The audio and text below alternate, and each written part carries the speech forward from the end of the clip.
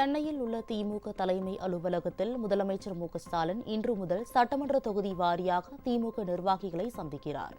உடன்பிறப்பே வா என்ற தலைப்பில் இந்நிகழ்ச்சி நடக்கிறது.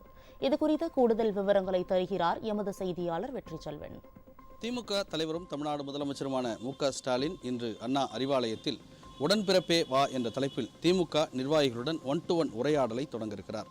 குறிப்பாக ஏற்கனவே மதுரையில் நடைபெற்ற திமுக பொதுக்குழுவில் உரையாற்றிய தமிழ்நாடு முதலமைச்சரும் திமுக தலைவருமான ஸ்டாலின் உடன்பிறப்பே வா என்ற தலைப்பில் ஜூன் முதல் வாரத்தில் தொண்டர்களோடு, அதாவது திமுக நிர்வாகிகளோடு தொகுதி வாரியாக 1-to-1 உரையாட இருப்பதாக தெரிவித்திருந்தார்.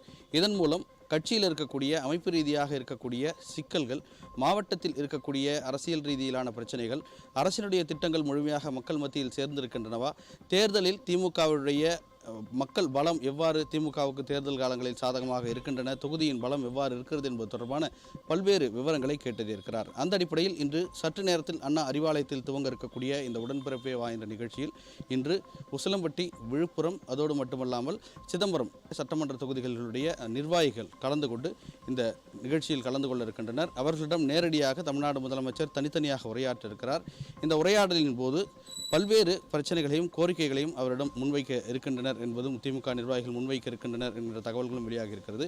ஒட்டுமொத்தமாக இந்த உடன்பிறப்பு அனைத்து மாவட்ட தொகுதி சார்ந்த நிர்வாகிகளை முதலமைச்சர் சந்தித்து நிறைவு பெறும் பொழுது கட்சியில் பல்வேறு புதிய மாற்றங்கள், தேர்தலுக்கான பல்வேறு புதிய மாற்றங்கள் தொடர்பான அறிவிப்புகள், நிர்வாகிகள் பொறுப்பாளர்கள் மாற்றங்கள் தொடர்பான அறிவிப்புகள், அதோடு மட்டுமல்லாமல் பலவீனமாக இருக்கக்கூடிய சட்டமன்ற தொகுதிகளில் மக்கள் செல்வாக்கை அதிகரிப்பதற்கான நடவடிக்கைகளை முன்னெடுப்பது தொடர்பான பல்வேறு முக்கிய அறிவிப்புகள் வெளியாகும் என்ற தகவல்களும் வெளியாகி இருக்கிறது. ராஜ்செய்திகளுக்காக ஒளிப்பதிவாளர் கார்த்திக்குடன் வெற்றி.